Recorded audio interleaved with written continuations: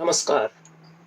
राम कथा को लेकर वाल्मीकि से लगाकर आधुनिक काल तक संस्कृत में तथा अन्य अन्य भाषाओं में जितने भी काव्य नाटक लिखे गए हैं, प्रायः उन सभी में अशोक वाटिका में सीता के वर्णन का प्रसंग आता है। हम यहाँ केवल वाल्मीकि रामायण में यह प्रसंग जिस तरह से निरूपित है उसी पर चर्चा करेंगे। यह प्रसंग वाल्मीकि रामायण के सुंदर कांड में आता है। इसमें कोई संदेह नहीं कि अलंकारों की छटा हो, कल्पना की भव्य ऊंची उड़ानें हो या पूरी कथा का भाव जगत हो, इन सभी की दृष्टि से रामायण के 7 कांडों में सुंदर कांड सचमुच में सुंदर कांड ही है। अपने अनुपम सौंदर्य के कारण इसको सुंदर कांड कहा गया। यह माना जाता है कि इसका नाम ही सुंदर कांड इसलिए रखा गया कि इसमें सभी कुछ सुंदर है। कथा प्रसंग सुंदर है, पात्र इसके सुंदर हैं, भाव सुंदर हैं। सुंदरकांड में भी सीता की खोज का जो प्रसंग है, हनुमान लंका में पहुंचकर सीता की खोज करते हैं, यह प्रसंग सबसे सुंदर है। और इस सीता की खोज के सारे प्रसंग में भी अशोक वाटिका में बैठी हुई जगदम्बा जानकी का जो वर्णन है वह सबसे सुंदर है। हनुमान इस कांड के नायक हैं, सुंदर कांड के। वे स्वयं परम सुंदर हैं। तो कुल मिलाकर सौंदर्य के जितने मानदंड हो सकते हैं, भारतीय सौंदर्य शास्त्र के जितने मानक हो सकते हैं, उनकी दृष्टि से सुंदर कांड सौंदर्य की अगम्य ऊंचाइयों पर पहुंचता है। इसमें बाहरी सुंदरता तो है ही, निसर्ग की सुंदरता है, रूप का वर्णन है, पात्रों के रूप का वर्णन है, प्रकृति के सौंदर्य का वर्णन है, और आंतरिक सौंदर्य भी उतना ही प्रकर्ष पर इसमें है। चित्त का सौंदर्य, मन की सुंदरता, वह भी इसमें उतनी ही ऊंचाइयों पर पहुंच करके चित्रित की गई है। और एक विशेष बात मैं यहाँ जोड़ना चाहता हूँ कि पूरी रामायण में वाल्मीकि यदि किसी पात्र के मुख से बोलते हैं तो वो हनुमान हैं। हनुमान जो विचार करते हैं, कुछ सोचते हैं या कहते हैं, तो लगता है कि वाल्मीकि खुद सोच रहे हैं या वाल्मीकि बोल रहे हैं उनके मुंह से। तो हनुमान को अपना प्रवक्ता एक तरह से वाल्मीकि बनाते हैं। हर महान कवि अपनी रचना में यदि कई पात्र उसकी कथा में हैं तो उनमें से किसी पात्र के मुंह से स्वयं बोलने लगता है। वो पात्र उसके विचारों का, उसके मानस का संवाहक बन जाता है। इस दृष्टि से हनुमान वाल्मीकि के मानस के सबसे निकट हैं। तो ये जो पूरा प्रसंग है हनुमान के द्वारा लंका में पहुंचकर सीता की खोज का, यह अपने आप में एक महाकाव्य है। इसको हम सीतान्वेषण महाकाव्य कह सकते हैं। वैसे भी रामायण महाभारत ये 2 हमारे इस प्रकार के गौरव ग्रंथ हैं। इतिहास काव्य इनको कहा गया है। हमारी सारी जाति स्मृतियाँ, सारी धरोहर, आख्यान, परंपराएं, लोक जीवन इनमें संचित है। तो इस तरह के गौरव ग्रंथ हैं कि इनमें कई महाकाव्य इन दोनों में समाये हुए हैं। पर ये जो सीतान्वेषण महाकाव्य सुंदरकांड के भीतर इसमें रच दिया गया है, वह तो सबसे परिपूर्ण महाकाव्य हम कह सकते हैं कि भारतीय साहित्य का है। इसको हम रामायण का सार भी कह सकते हैं। इसके नायक हनुमान हैं। लंका के भीतर सीता की खोज इसकी विषय वस्तु है। सीता का मिल जाना इसका फल है। यह फल हनुमान को मिलता है। हनुमान सारा कार्य करते हैं, हनुमान खोजते हैं। हनुमान इस पूरे सुंदरकांड में भी हनुमान ही केंद्र में है, केंद्रीय पात्र हैं। तो पूरा जो सीता अन्वेषण का प्रसंग है, सीता की खोज का, उसमें भी हनुमान प्रधान पात्र हैं, नायक हैं। और जितना जो कुछ घटित होता है उसका फल हनुमान को मिलता है कि सीता के दर्शन करते हैं। वैसे तो पूरा का पूरा जो रामायण है वाल्मीकि का, वही सीता की खोज का एक काव्य हम कह सकते हैं।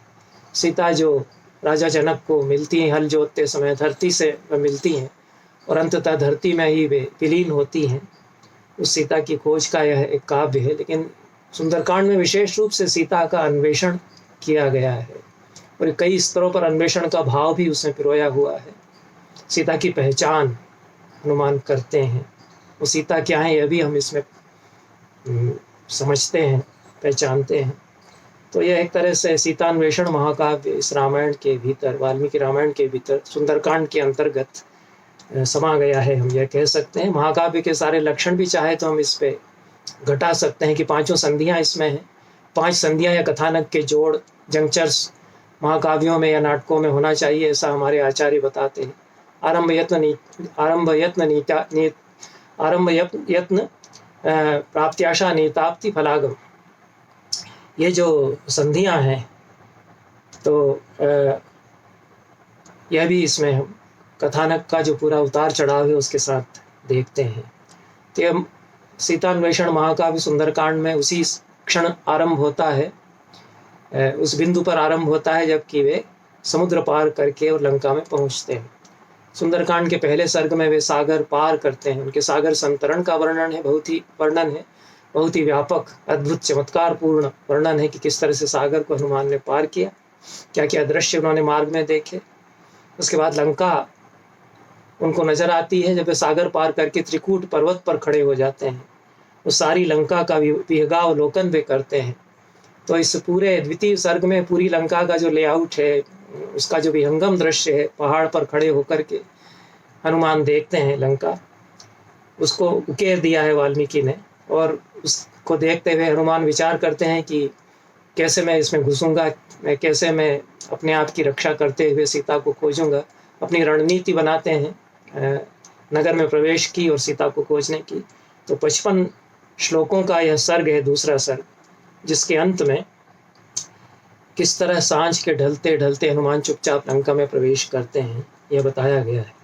तो इस दूसरे सर्ग से लगाकर सुंदरकांड में 38वें सर्ग तक ये जो 37 सर्ग हैं, इनमें सीतान्वेषण महाकाव्य संपन्न होता है। 37वें सर्ग के अंत में सीता कहती हैं कि तुम्हारा कल्याण हो, आशीर्वाद देती हैं और हनुमान से अपेक्षा करती हैं कि वे उनका संदेश लेकर के जाएंगे।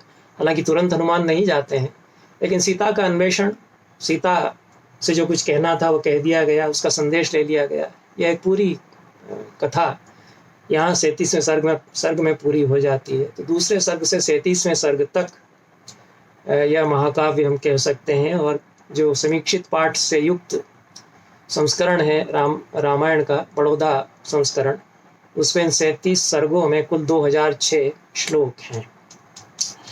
तो दूसरे सर्ग के बाद हम देखते हैं कि हनुमान पूरी लंका छान डालते हैं। तीसरे सर्ग से 10वें सर्ग तक बहुत विस्तार से किस तरह से लंका में एक एक घर में घुस करके वे देख रहे हैं, उस नगर की गलियों में, वीथियों में, चौराहों में, बाजारों में रात भर वे ढूंढते हैं।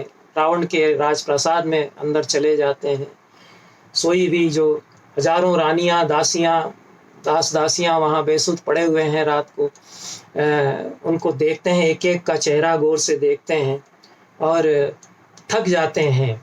इतना सब घूमते घामते, बड़ा शहर है, उसमें लगातार घूमते घूमते हुए तो अंत में कुछ हताश हो जाते हैं हनुमान और सोचते हैं कि अब क्या करूं, कहीं सीता नहीं दिख रही। सीता के जैसे लक्षण राम ने बताए वे तो किसी यहाँ पर किसी स्त्री में नहीं मिल रहे हैं। तो सोचते हैं कि क्या विरागी हो जाऊं, चिता बनाकर अपने जीवन का अंत कर डालूं, जो काम मुझे दिया गया वह नहीं कर पा रहा हूँ। ये लंबा विमर्श है हनुमान का, जिसमें कि जीवन दर्शन भी उनका आता है, वाल्मीकि का जीवन दर्शन उसमें आता है। अंत में वो कहते हैं कि वैराग्य लेकर के मुक्ति की कामना करना मेरे लिए नहीं है। अनिर्वेद श्रियो मूलम, अनिर्वेद परम सुखम, ये पंक्तियां हैं जो कि रामायण का एक तरह से बीज वाक्य, मंत्र वाक्य भी कह सकते हैं कि निर्वेद में जीवन नहीं है मेरे लिए, वैराग्य में जीवन नहीं है, निरंतर कर्म में, निर्वेद से ऊपर उठने में, संसार में रह कर के कर्म करने में मेरे लिए जीवन है। कल्याणी वद गाथेयम लौकिकी प्रतिभाति माम एति जीवन तमानंदो नरम वर्ष शतैरपि। अंत में हनुमान कहते हैं कि जो लोग कहते हैं, बुजुर्ग लोग जो कहते हैं, बताया करते हैं कि 100 वर्ष तक भी संघर्ष करता रहे, अंत में आनंद उसको प्राप्त होता है। आनंद परम लक्ष्य है, उपनिषदों में जीवन का परम लक्ष्य आनंद कहा गया है। तो अपने परम लक्ष्य को मनुष्य पाता ही है। यहाँ परम लक्ष्य परमानंद सीता को देखना, सीता से मिलना वह है। तो इसलिए कहीं नहीं जाऊंगा, कहीं संन्यास नहीं लूंगा, मुनि नहीं बन जाऊंगा, यहीं जीवन चाहे बिता दूं चाहे जितना, लेकिन सीता जब तक नहीं मिलेगी तब तक कर्म करता रहूंगा, ये हनुमान सोचते हैं। तो अपने अवसाद को झटक करके, तो 10वें और 11वें सर्गों में हनुमान का ये सारा मनोमंथन है, बहुत विस्तार से वाल्मीकि चित्रित करते हैं। फिर हनुमान सोचते हैं कि कैसे अब और कहाँ देखूं। तदुन्नसम पाण्डुर्दन्तमव्रणम शुचिस्मृतं पद्मपलाशलोचनम द्रक्षे तदार्या वदनम कदान्वहम प्रसन्न ताराधिप तुल्य दर्शनम। प्रसन्न ताराधिप, खूब चमकते हुए चंद्रमा के समान दिखाई पड़ने वाला वह मुख आर्या का, सीता का, कैसे कब मैं कहाँ देख पाऊंगा। शुचिस्मित, पावन मुस्कान जिस पर है। पद्म पलाश लोचनम, कमल की तरह जिसकी आंखें हैं, नील कमल की तरह जिसकी आंखें हैं। उन्नसम पांडुर तंतम, उन्नस है ऊंची नासिका वाला और सफेद दांतों वाला, ऐसा उनका मुख। इस तरह से सोचते हैं और कैसे मुझे दिखाई देगी ऐसा सोचते हैं। यहाँ तक का प्रसंग 11 सर्गों में है, दूसरे सर्ग से 11वें सर्ग तक है। 12वें सर्ग में फिर वे शायद नगर से बाहर निकल जाते हैं और बाहर अशोक वाटिका है, उस अशोक वाटिका में वे पहुंच जाते हैं। तो ये लंका के बाहर कहीं ये बहुत बड़ा वन उद्यान रावण का रहा होगा, बहुत विशाल वन है। कई बार अन्य रामायणों को पढ़ते हुए हमारे मन में ऐसी छवि बनती है, एक छोटी सी बगिया है, उसमें एक अशोक का पेड़ है, उसके नीचे सीता बैठी रहती है, जैसे कि 24 घंटे अशोक के पेड़ के नीचे बैठे रहने के सिवाय और कुछ वो करती ही नहीं हो।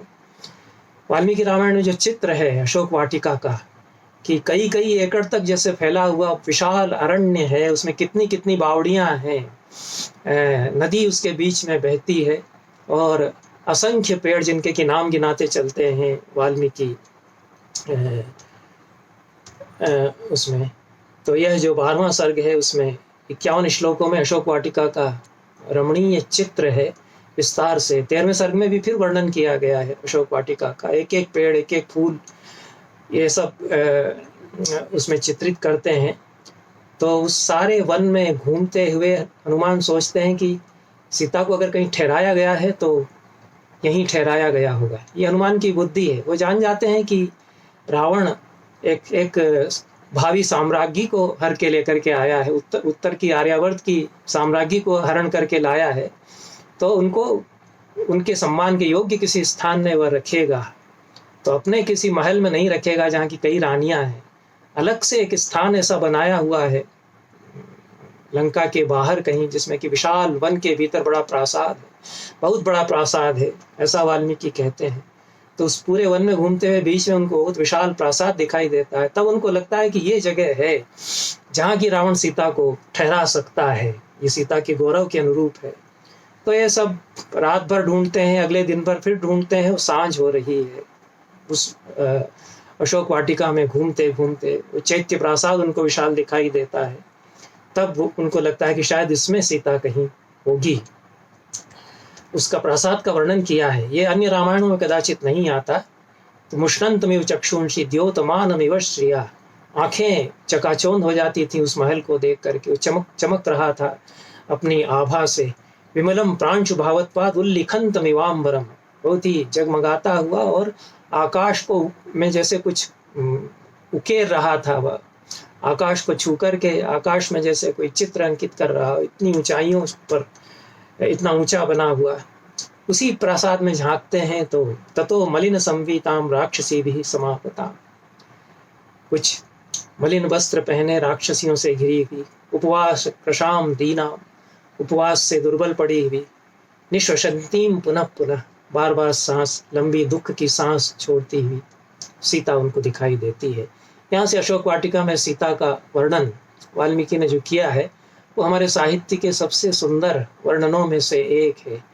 इतना जिसको कहते हैं कि कलम तोड़ दी गई है उसको लिखते हुए, ऐसा वर्णन कदाचित अन्यत्र कहीं नहीं मिलेगा। सीता की सारी पावनता, रूप और जो अनुपम उनकी छवि है, उसका अंकन वाल्मीकि यहाँ करते हैं वह विशेष रूप से एक अलंकार होता है मालोपमा, कि उपमा की कई लड़ियाँ, उपमा की एक माला कवि उसमें गूँथ देता है। एक अलंकार काफ़ी एक उपमान काफ़ी नहीं होता है, तो कई कई उपमान एक के बाद एक, कि उसकी तरह उसकी तरह उसकी तरह, ऐसा कवि कहता चला जाता है। तो मालोपमा अलंकार होता है जो कि यहाँ रचा गया है। तो ददर्श शुक्ल पक्षादौ चंद्र रेखा मिवामला, अभी तो हनुमान सोच रहे थे कि खूब चमकते हुए पूरे चंद्रमा की तरह, जैसा कि राम ने उनको बताया होगा, क्योंकि राम ने हनुमान को संदेश देते समय सीता कैसी दिखती है यह सब उनको बताया था। और यह भी जैसा हनुमान आगे देखते हैं कि कहाँ कहाँ कैसे गहने वो पहनती है, यह भी उनको बताया था। तो उनके मन में एक छवि थी सीता की, और उन्होंने एक झलक भी सीता की देखी थी जब रावण हर कर ले जा रहा था ऊपर, और ये लोग अपने ऋषिमुख पर्वत पर वानर सुग्रीव, जाम्बवान और हनुमान देख रहे थे कि किसी स्त्री को कोई राक्षस हरण करके ले जा रहा है, वह चिल्ला रही है। तो उसकी भी एक बहुत दूर से कोई झलक उन्होंने देखी थी, वह सब उनके मन में एक छवि थी। तो इसलिए अपने मन में उनकी जो छवि है वो बाहर सीता को देखते हैं, तो एक अलग दृश्य दिखाई पड़ता है। शुक्ल पक्ष के आरंभ में जो चंद्रमा की लकीर है उसकी पूरे पूर्णिमा के चंद्रमा की तरह नहीं, इतने दिनों में जो मुरझा सी गई है, कृशकाय हो गई है। तो ददर्श शुक्ल पक्षादौ चंद्र रेखा मिवामलाम, शुक्ल पक्ष के पहले दिनों में द्वितीया का, जिस दूज का चांद कहते हैं, उसकी एक लकीर जैसी दिखाई दी उनको।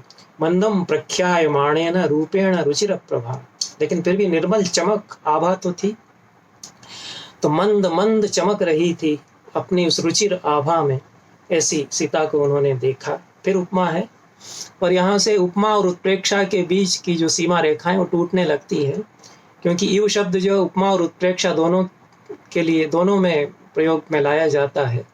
तो उसके जैसी इतना जब हम कहते हैं तो उपमा हो जाती है, और मानो गोया के उसके जैसी लग रही थी, ऐसा जब कहते हैं तो उत्प्रेक्षा हो जाती है। उत्कट कोटिक संदेह में उत्प्रेक्षा हो जाती है। तो उपमाएं कई बार और ऊंचाइयों पर पहुंचकर उत्प्रेक्षाएं बन जाती हैं, और यहाँ संदेह होता है कि उपमा रची जा रही है कि उत्प्रेक्षा रची जा रही है। तो पिनद्धाम धूम जाले न शिखामिव विभावसो, विभावसु या अग्नि की शिखा या लपट जो धुएं से घिरी हो, जैसे कि ऐसी सीता वह लग रही थी। आग की लपट तो वह है, लेकिन इस समय धुआं उसको घेरे हुए है। सीता की तेजस्विता बताते हैं, रूप बताते हैं। सपंकाम अनलंकाराम विपद्माम इव पद्मिनी, ऐसी पद्मिनी कमलनी की तरह वह लगती थी जिसके कमल तोड़े गए हों और कीचड़ से जो घिरी हुई हो। बहुत सारी बातें इसमें कह दी जाती हैं एक एक शब्द के द्वारा। बहुत सारी राक्षसियां उसको घेरे हुए हैं, जैसा लंका का शहर है ऐश्वर्य से युक्त, उसके बीच में उसका पावन सौंदर्य ऐसा लग रहा है जैसे कीचड़ से घिरी हुई, कोई गहना उसमें उस तरह का नहीं है उसके तन पर। तो ऐसी वह कमलनी की तरह लग रही थी। प्रीडिताम दुख संतप्ताम परिम्लानाम तपस्विनी, तपस्विनी वह तप तो कर ही रही थी। और तपस्विनी दुखियारे के लिए भी आता है, तपस्वी और तपस्विनी शब्द, दुखियारा दुखियारी, बेचारा बेचारी, इनके लिए भी आते हैं, क्योंकि दुख से संतप्त है, मुरझा गई है, व्रीडित है कि उसके साथ ऐसा हुआ, उसका हरण हुआ, खिन्न है, लजाई हुई है। ग्रहेण अंगारकेणेव पीड़ितामिव रोहिणी, अंगारक या मंगल ग्रह से दबोची गई रोहिणी, चंद्रमा की जो पत्नी है नक्षत्र, उसके जैसी। अश्रुपूर्ण मुखीम दीनाम प्रशाम अनशनेन च, आंसुओं से मलिन है उसका मुख, दीन है, क्रश हो गई है अनशन से, उपवास से। शोक ध्यान पराम दीनाम नित्यम दुख परायणाम, शोक में डूबी हुई, अपने ध्यान में मगन, तल्लीन हुई, दुख से घिरी हुई। प्रियम जन्म पश्यंतीम पश्यंतीम राक्षसी गणम, अपने प्रिय व्यक्ति को जो नहीं देख पा रही थी, आंखें चारों ओर दौड़ाती है कि राम दिखेंगे कहीं, लेकिन उनको न देख करके जब नजर दौड़ाती है तो राक्षसियां दिखती हैं आसपास। उसके लिए फिर उपमा दी है, स्वगणेन मृगीम हीनाम स्वगणाभिवृताम इव, स्वगण से, स्वजन से रहित अब ऐसी हिरनी जो कि स्वगणों से घेर ली गई हो। इसमें स्व और श्व पर पन है, एक तरह का यमक रचा गया है। स्वगण या स्वजन, अपने लोग, अपना आदमी वह नहीं है, और स्वगण मतलब कुत्ते, श्व कुत्ते को कहते हैं, श्वान। तो अपने स्वजन को खोज रही हैं उसकी आंखें, लेकिन स्वजन नजर आते हैं आसपास, कुत्तों से जैसे घिरी हुई हिरनी हो, ऐसी वह लग रही थी। ताम समीक्ष विशालाक्षिम अधिकम मलिनाम कृशाम। हनुमान ने प्रासाद के भीतर झांक कर देखा कि यह है महिला, और वो विशालाक्षी, बड़ी बड़ी आंखों वाली, बहुत मलिन है, कृशकाया है। तो उनको लगा कि सीता तो यही हो सकती है। तर्कयामास सीतेति कारणै रूपपादिभिः। उनको लगा कि यही सीता है। जो कारण बताए गए थे, जो लक्षण बताए गए थे उनको, वो जो लक्षण उनके मन में थे, सीता की जो छवि उनके मन में थी, उस सब को मिलाकर के उनको लगा कि यही सीता हो सकती है। पहले लंका में जब रावण के प्रासाद में रावण के पास सोई हुई मंदोदरी को देखा तो उनको लगा कि यह तो सीता कहीं नहीं है, इतनी रूपवती थी मंदोदरी भी, लेकिन तुरंत समझ गए कि नहीं, यह नहीं, इस तरह से इस जगह पर सीता हो ही नहीं सकती है। इस सारे कलुषित वातावरण में सीता नहीं होगी, वह यहाँ नहीं रह सकती। तो यहाँ उनको लगा कि हाँ, यह सीता है। इसके बाद हनुमान का जो एक बहुत बारीक पर्यवेक्षण है, इसको ऑब्जर्वेशन का जो गुण है उनका, कितनी बारीकी से वे चीज़ों को समझते हैं, देखते हैं। और हनुमान सबसे प्रज्ञावान पात्र हैं रामायण में, सबसे बड़े पंडित हैं, सबसे बड़े ज्ञानी वो हैं, बड़े विचारक वो हैं, कई भाषाएं वो जानते हैं, इसीलिए दूत उनको बनाकर भेजा जाता है। बोलने में बहुत चतुर हैं, बहुत तीक्ष्ण बुद्धि के भी हैं, हालांकि दार्शनिक हैं, तो कई बार अपने में डूब जाते हैं, तो भूल जाते हैं कि क्या करना, अपनी अपनी क्षमता को ही भूल जाते हैं, उनको याद दिलाना पड़ता है। लेकिन उनमें बुद्धि का जो प्रकर्ष है वह तो कम नहीं है, और पर्यवेक्षण जो उनका है, तो वो याद करते हैं कि एक झलक मैंने देखी थी एक स्त्री की, जिसको कि कोई राक्षस हर करके ले जा रहा था ऊपर। तो ह्रियमाणा तदा तेन रक्षसा काम रूपेण यथा रूपा ही दृष्टा वही तथा रूपे ये मंगना। जैसा रूप उस झलक में मैंने देखा था उस स्त्री का, वैसी ही लग रही है कि ये वही है। और उसके बाद उनको याद आता है कि उस महिला ने अपना अपना दुपट्टा नीचे गिरा दिया था। सीता को लगा कि कुछ लोग नीचे बैठे हैं, कभी शायद राम इनसे मिले हैं, भटकते यहाँ पर आए मुझे खोजते हुए, तो अपना मेरा उत्तरी मैं यहाँ गिरा देती हूँ। अपने कुछ अलंकार उन्होंने गिरा दिए थे, तो सुग्रीव और हनुमान इन लोगों ने वो उत्तरी और अलंकार बचा करके वो सहेज करके रखे थे कि पता नहीं कोई स्त्री है जिसको कि कोई हर करके ले गया है, उसने कुछ सोच समझ करके अपनी वस्तुएं यहाँ गिराई हैं कि कोई आएगा पूछने। तो राम को उन्होंने बताई थी, राम ने पहचाना कि ये सीता का वस्त्र है, ये सीता के गहने हैं। तो हनुमान याद करते हैं बस। तो पूर्ण चंद्राननाम सुभ्रूम चारु वृत्त पयोधराम। पूर्ण चंद्र के आनंद वाली रही होगी, जैसी झलक में मैंने देखा, चारु वृत्त पयोधरों वाली स्त्री के देह के सौंदर्य का बेझिझक संस्कृत के पुराने काव्यों में वर्णन किया जाता है। ये जो क्रिश्चियनिटी ने हमको शर्म दी, बहुत ही एक गलत शर्म हमको दी, वह यहाँ नहीं रहती। ये पावन सौंदर्य है, तो उसका बेझिझक उल्लेख किया जाता है। पूरे गोलाकार पयोधरों वाली सुंदर सुभ्रू, अपनी आभा से तिमिर को भेदती हुई जो मैंने झलक उसकी देखी थी, वह ताम नीलकेशीम बिंबोष्ठीम सुमध्याम सुप्रतिष्ठिताम सीताम पद्म पलाशाक्षी मनमथस्य रतिम यथा। ऐसी वह नील केश वाली, बिंब के फल के सदृश अधर वाली, सुमध्या सुंदर कटी वाली सुप्रतिष्ठित सीता, ऐसी वह यही है। ऐसा वे स्मरण करके फिर उसको एक बार देखते हैं।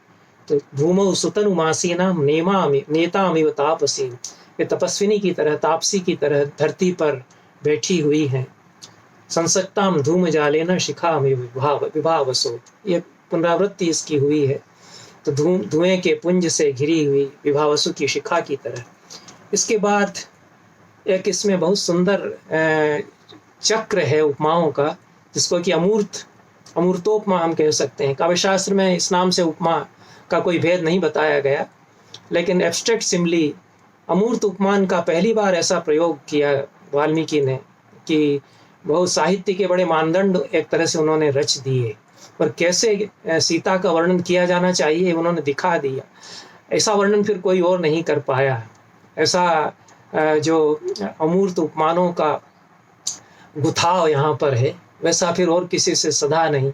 और कोई साधने की कोशिश करता तो पुनरावृत्ति करता, इसलिए बाकी कवियों का साहस भी नहीं हुआ कि सारी अमूर्त उपमाएं दोहरा करके उनकी लड़ियां इस तरह से गूंथें जैसे कि वाल्मीकि ने यहाँ गूंथ दी है। कुछ कवियों ने प्रयोग किए और तुलसी ने अलग झड़ी लगाई है। जो छवि सुधा पयो निधि होई, परम रूप में कच्छप सोई, सोधा शोभा रज मंदर सिंगारू, मथे पानी पंकज निज मारू, यही विधि उपजे लक्ष्य जब। ऐसा लक्ष्मी यदि सागर को मत शोभा का सागर हो और उसको कामदेव ही मथे और उससे लक्ष्मी फिर से एक बार पैदा हो, तो ऐसी कुछ सीता हो सकती है। ये सब कल्पनाएं उन्होंने की, लेकिन जो रूप सीता का एब्स्ट्रैक्ट सिमिलीज के द्वारा, अमूर्त उपमानों के द्वारा वाल्मीकि ने यहाँ तो मूर्त पदार्थ के लिए अमूर्त से उपमा देते हैं, जो दिखाई पड़ रहा है उसको भाव से उपमा देते हैं। तो एक अलग तरह की छवि सीता की यहाँ बनती है। तो ताम स्मृति में वो संदिग्धाम, जैसे स्मृति संदिग्ध हो गई है, याद कुछ आती है लेकिन फिर संदेह होता है हमको। कई बार हमारी स्मृति बहुत साफ साफ नहीं है, तो उस स्मृति की तरह सीता जो कि संदेह में घिरी हुई है। रिद्धिम निपतितामिव, उस रिद्धि की तरह, उस विकास की धारा की तरह, बढ़त की तरह, समृद्धि की तरह, जो कि धराशायी हो गई हो। जीडीपी की ग्रोथ जैसे सारे देश की अटक करके धराशायी हो गई, ऐसी सीता वहाँ निपतित रिद्धि की तरह। सोपसर्गाम यथा सिद्धि, सिद्धि के मार्ग में जैसे रोड़े अटका दिए गए हों, ऐसी सिद्धि की तरह, उपसर्गों से घिरी सिद्धि की तरह, विघ्नों से घिरी सिद्धि की तरह। बुद्धिम स कलुषामिव, कलुष से घिर गई बुद्धि की तरह, क्योंकि पाप और कालुष्य आसपास है। बुद्धि की प्रतीक है सीता, मनुष्य की स्मृति की प्रतीक है, मनुष्य की चेतना की प्रतीक है, रिद्धि की प्रतीक है। लेकिन वह बुद्धि, वह स्मृति, वह सिद्धि, वह रिद्धि इसमें विघ्न बाधाओं से, कलुष से घिरी हुई। अभूते नापवादे न कीर्तिम निपतितामिव, अभूतपूर्व अपवाद से, कलंक से निपतित, धराशायी हो, गिर पड़ी हुई कीर्ति की तरह। कीर्ति तो बहुत उज्जवल ही हुआ करती है, यश हमेशा उज्जवल ही हुआ करता है, लेकिन उस यश के बीच में कोई धब्बा सा लग गया हो अपहरण का, ऐसी कीर्ति की तरह। रामोपरोध व्यथिताम रक्षो हरण कर्षिताम, अबलाम मृगशावाक्षीम वीक्षमाणाम ततस्ततः। उसके बाद अमूर्त उपमानों की एक श्रृंखला बनती है। फिर मूर्त रूप जो सीता का है उस पर फिर दृष्टि डालते हैं। तो राम से बिछुड़ गई हैं, इसलिए व्यथा से भरी हुई। राक्षस ने हरण कर लिया है, इसलिए टीस मन में है, उससे क्लिष्ट होती जा रही है। ऐसी अबला मृग शावाक्षी, हरिण के छोने के जैसी कटाक्ष, जैसे कटाक्ष वाली, वो बार बार इधर उधर ताकती, बेचैनी के कारण बार बार इधर देखती हैं कि अब कहीं कुछ आश्वासन मिल जाए, अब कोई अच्छी खबर कहीं से आ जाए। यह जो आकुलता है उसके कारण निरंतर इधर उधर ताकती हुई। तो यह एक अलग छवि है, वो उस सीता की छवि है जो वाल्मीकि की सीता है। वो सीता नहीं है कि नाम पहारू दिवस निसी ध्यान तुम्हार कपाट, नाम का पहरेदार बैठ गया है और ध्यान में डूब गई है, तो तल्लीन मगन हो गई है, भजन राम का करने लग गई है। तो भक्त तो नहीं है सीता, क्षत्रियाणी है, तेजस्वी महिला है, रमणी है, और मन में उद्वेग भी है, अपार तेजस्विता भी है, और भोली भी उतनी ही है, हिरण के छोने की तरह दृष्टि वाली है। उससे बार बार ताकती हैं तो आंखें भर भर आती हैं। तो वाष्पाम्बु प्रतिपूर्णेन कृष्ण वक्त्राक्ष पक्ष्मणा, आप डबडबाई आंखों से फिर ताकती हुई बार बार घनी बरौनियों तक, पक्ष्मों तक आंसू जिनमें भरे हुए हैं। उसके बाद उपमाएं एक के बाद एक आती हैं। तो यह एक तरह से सीता की छवि उकेरने के लिए अपर्याप्त हैं सारे उपमान। तुलसी भी ऐसा कहते हैं कि किस कहीं पटतरों विदेह कुमारी, किस उपमान से मैं इनकी तुलना कर दूं। सारे उपमान तो, सब उपमा कवि रहे जुठारी, सारे उपमान तो कवियों ने झूठे कर दिए, इसलिए इन उपमानों की पुनरावृत्ति फिर तुलसी कहीं नहीं करते हैं जो वाल्मीकि ने यहाँ उपमान, क्योंकि एक बार ये कह दिए गए वाल्मीकि की सीता के लिए हैं, वो फिर अपनी सीता के लिए उनका प्रयोग नहीं करेंगे। बहुभूति अलग तरह से प्रयोग करते हैं। करुणस्य मूर्ति रथवा शरीरिणी विरह व्यथेव वनमेति जानकी, करुणा की मूर्ति है या साक्षात विरह व्यथा है, वन में सीता चली आ रही है, निर्वासित सीता, उसकी छवि बनाते हुए भवभूति कहते हैं। लेकिन वाल्मीकि एक के बाद एक उपमान देते चले जाते हैं, क्योंकि सारे उपमान अपर्याप्त लगते हैं। तो मलपंक धराम दीनाम मंडनारहाम अमंडिताम, मंडन या श्रृंगार के लिए योग्य वह थी, उसको अलंकृत किया जाना चाहिए था राजकुमारी की तरह से, लेकिन अनलंकृत थी, अमंडित थी।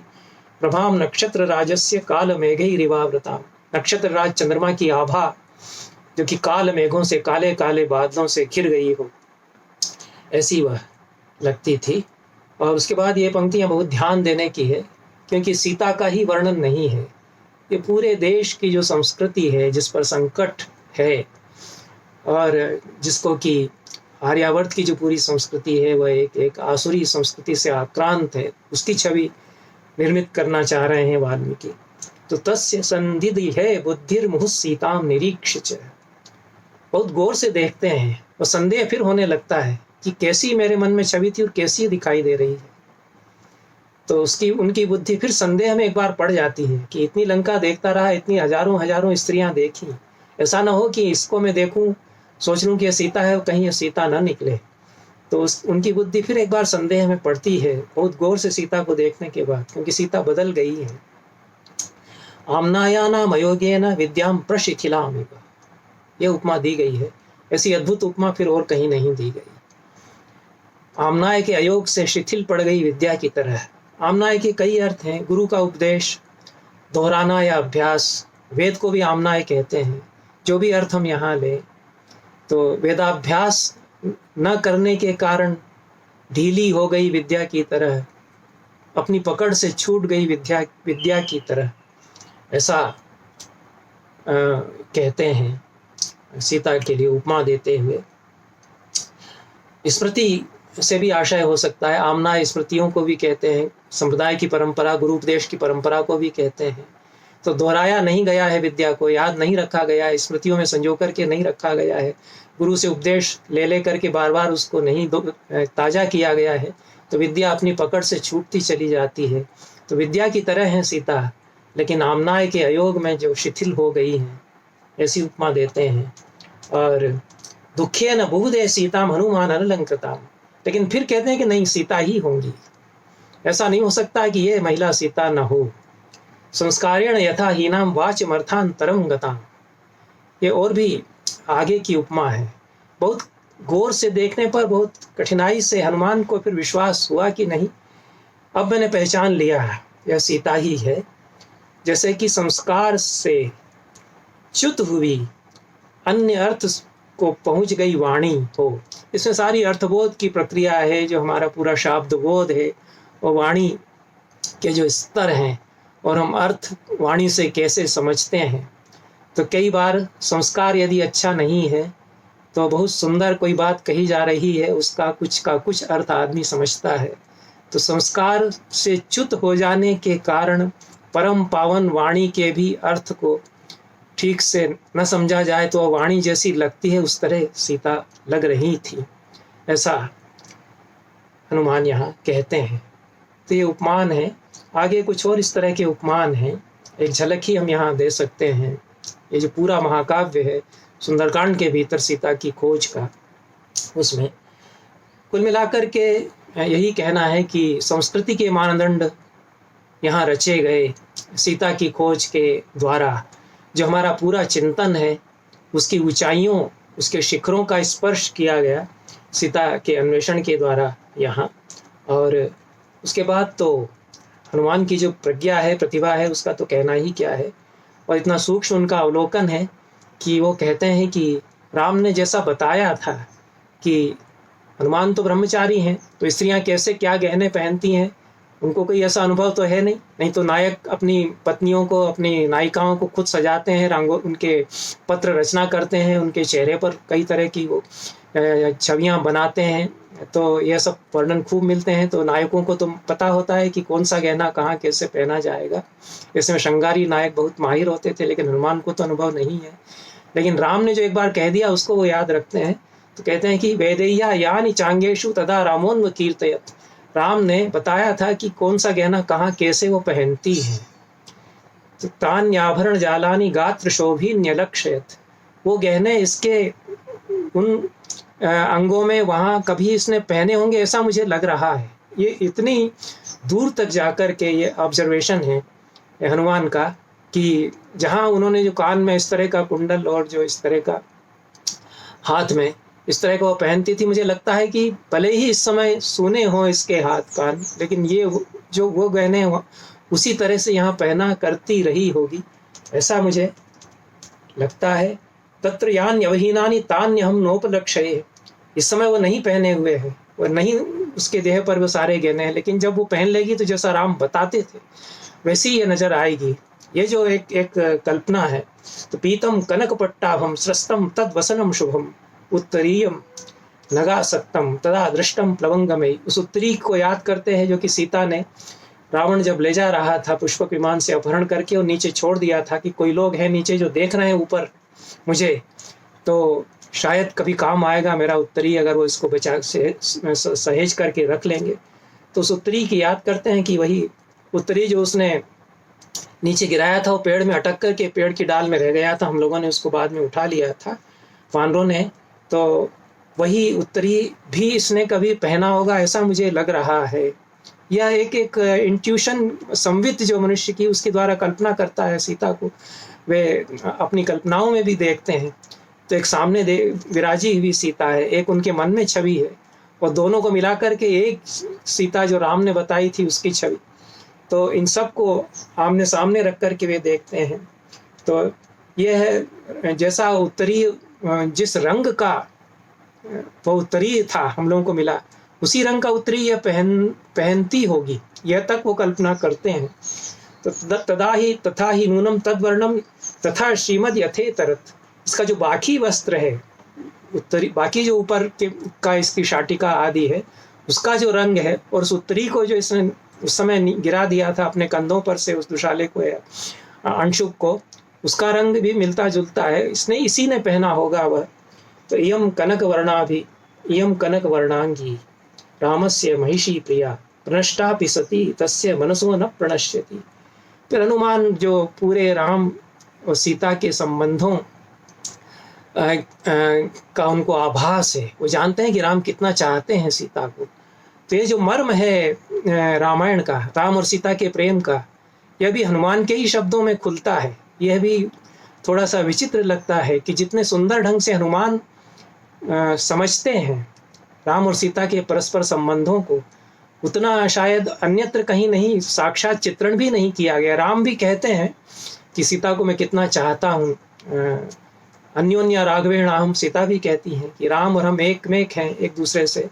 लेकिन हनुमान जिस तरह से विचार करते हुए दोनों के संबंधों की झलक अपने शब्दों में देते हैं।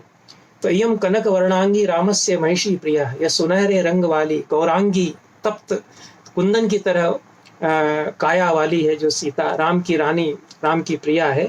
प्रणष्टापि सती तस्य मनसो न प्रणश्यति, यह हर ली गई राम के पास से, इसको छीन करके झपट करके वह ले गया, लेकिन मन में तो विराजी हुई है, उनके मन से नहीं जाती कभी। ऐसा राम की याद करते हुए हनुमान कहते हैं इयम सा यत् कृते रामश्चतुर्भिः परितप्यते, वही यह महिला है। हनुमान कहते हैं कि जिसके लिए 4 वजहों से राम लगातार परिताप करते हैं, लगातार संताप दुख राम को घेरे रहता है, 4 आधारों पर जिसको लेकर के राम के मन को कारुण्यात आनशंस्येन शोकेन मदनेन च, करुणा के कारण, कि कैसी विवशता की स्थिति में हम लोग दोनों छोड़ गए, राम और लक्ष्मण, उसको अकेली वह थी और उसको राक्षस उठा करके ले गया। तो ये जो करुणा है सीता के लिए, उसके कारण आनशंस, दया के कारण, सीता की विवशता को विचार करके और दया जो उमड़ती है उसके कारण, शोक जो दुख होता है कि कितना गहरा घाव मुझे लगा, उसके शोक के कारण, मदन प्रेम के कारण, इन 4 कारणों से राम निरंतर दुखी रहते हैं जिस स्त्री को लेकर, वही यह स्त्री है, ऐसा कहते हैं। स्त्री प्रणष्टेति कारुण्यात्, एक स्त्री थी जिसको कि हरण करके ले गया, स्त्री करुणा जागती है। आश्रिते त्यानुशंसित, वह मुझ पर निर्भर थी, मुझ पर भरोसा उसने किया पूरी तरह, मुझ पर अवलंबित थी, मेरे साथ जंगल में चली आई अकेली। इसलिए आंशंश दया जागती है मन में। पत्नी नष्टेति शोकेन, मेरी पत्नी धर्म पत्नी थी, इसका तो शोक होगा ही, सारे धर्म कार्यों में हमेशा साथ देने वाली, उसके बिना तो आधा देह नहीं रहा, अर्धांगिनी चली गई, इसका शोक। प्रियेति मदनेन च, वो प्रिया वह मेरी थी, प्रेम था, इसलिए उसके कारण भी शोक है। इन चार आधारों पर करुणा, आनशंस, शोक और मदन, इनके कारण राम तपते रहते हैं लगातार। अस्या देव्या यथारूपम अंग प्रत्यंग सौष्ठवम रामस्य च यथारूपम तथेयमसिते क्षण। फिर कहते हैं कि दोनों की जोड़ी एकदम एक दूसरे के अनुरूप लगती है, जैसा इस सीता का रूप है और जैसा अंग प्रत्यंग का इसका सौष्ठव है। ये सौष्ठव शब्द बहुत ही हमारे सौंदर्य शास्त्र का बीज शब्द है, इसको परिभाषित किया गया सौंदर्य शास्त्रों में।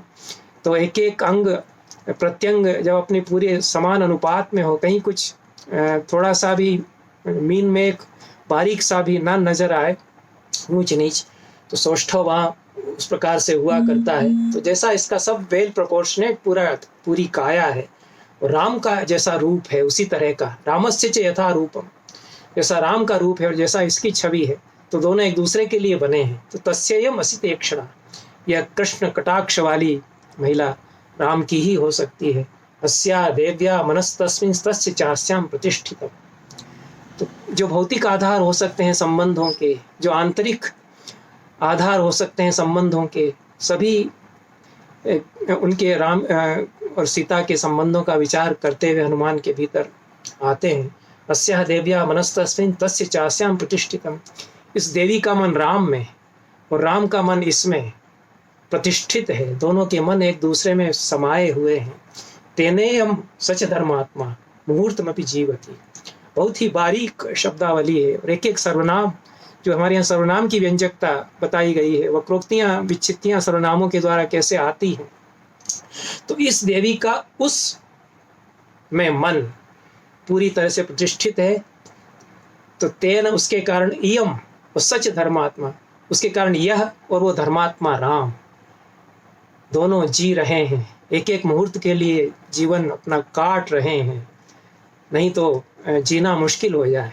दोनों के मन एक दूसरे में विराजमान है, इसलिए दोनों जीवित हैं, ये हनुमान यहाँ कहते हैं।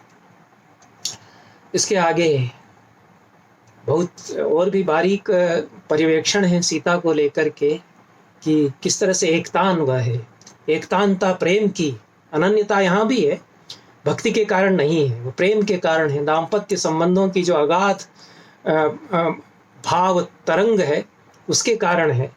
तो उस सब को ये पूरा अगले सर्ग तक चलता है। 13वें 14वें सर्ग में हनुमान उसको देख करके जो कुछ सोचते हैं।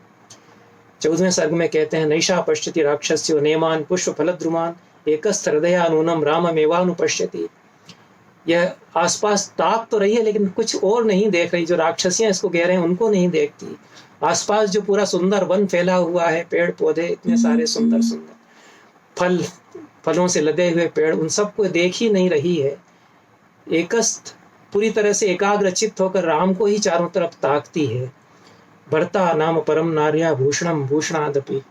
फिर हनुमान जो कि ब्रह्मचारी हैं, वो इन दोनों को देख करके, सीता को यहाँ और राम को वहाँ जो देखा था, वो कहते हैं कि भरता ही स्त्री का भूषण से भी बड़ा भूषण है। स्त्री को और कोई गहना नहीं चाहिए, उसका पति ही उसके लिए भूषणों का भूषण है, सबसे बड़ा गहना है। ऐसा ही रहिता तेन शोभनार्हा न शोभते। राम से बिछुड़ गई तो अनुपम सुंदरी है, अद्भुत रूप इसका है, लेकिन राम के पास नहीं है तो इसलिए रूप नहीं इसका लग रहा है। आगे एक और पद्य आता है सीता के बारे में, ये 17वें सर्ग में है। समीपम राज सिंहस्य रामस्य विदितात्मनः संकल्प है संयुक्तैर्यान्ति मिव मनोरथैः। ये जो कविता की ऊंचाइयां हैं, और जो संस्कृत में श्लेष के द्वारा चमत्कार लाया जाता है, अनायास वाल्मीकि की कविता में आता है, कोई सोचना नहीं पड़ता उनको शब्दों की जमावट के लिए। राज सिंह विदितात्मा राम के पास, समीपम राज सिंहस्य रामस्य विदितात्मनः। विदित आत्मा जो अपने आपको जानते हैं, राम अपनी क्षमता को, अपने आत्म को, ऐसे राम के पास यान्ति मिव, गोया कि वह जा रही हो, जैसे कि वह चली जा रही हो। संकल्प है संयुक्त ही मनोरथ ही। संकल्पों के अश्व जिनमें जुटे हुए हैं, ऐसे मनोरथों के द्वारा वह जा रही हो जैसे राम के पास। ये मनोरथ में श्लेष हो जाता है, मन का रथ, और एक वचन नहीं है, कई कई मनोरथ हैं। कई कई मनोरथों के द्वारा वह राम के पास, जिनमें कि संकल्पों के अश्व जुटे हुए हैं, तो मन ही रथ बन जाता है। मन एक नहीं, कई कई रथ बनता है, बार बार भागता है कई कई रथ बन करके। मनोरथ मन की इच्छाएं, जिनमें कि संकल्प के अश्व जुट जाते हैं, बार बार संकल्प करती है कि अब अवश्य राम को देखूंगी। तो यह अपने मनोरथों के द्वारा राम के पास जाती हुई सी जो लग रही है, ऐसी उत्प्रेक्षा करते हैं। आगे सन्नामेव महाकीर्तिम श्रद्धामेव विमानिताम, अपमानित की गई श्रद्धा की तरह, प्रज्ञामेव परीक्षीणाम, परीक्षीण हुई प्रज्ञा की तरह, मनुष्य की सारी प्रज्ञा की तरह, आयति मेव विध्वस्ताम, आयति जो संभावनाएं हैं सारी जीवन की, उनको जैसे ध्वस्त किया गया हो। आज्ञाम प्रतिहताम इव, एक अच्छी आज्ञा जिसको कि पालन नहीं किया गया हो, ऐसी पूजा अपहृताम इव, ऐसी पूजा जिसको कि बीच में विघ्न कर दिया गया हो। इन सब उपमानों के द्वारा सीता की जो छवि अंकित की गई है, उसमें सीता इस देश की संस्कृति की प्रतीक है, और उनका अपहरण इस देश की संस्कृति का अपहरण है। सीता को क्लेश देना पूरे देश की संस्कृति को अपमानित करना है, यही वाल्मीकि बताना चाहते हैं, और उस पूरी संस्कृति की झलक हमको देते हैं सीता के माध्यम से। रामायण संबंधी व्याख्यानों में मुझे देश के अनेक प्रख्यात पंडितों और विचारकों के सुझाव और उत्साहवर्धक टिप्पणियां मिलती रही हैं। उन सब के प्रति हार्दिक कृतज्ञता मैं ज्ञापित करता हूँ। एक एक का नाम लेना संभव नहीं है, संकेत में ही मैं उनको बहुत धन्यवाद देता हूँ, हार्दिक धन्यवाद देता हूँ, और अपना वक्तव्य यहाँ समाप्त करता हूँ।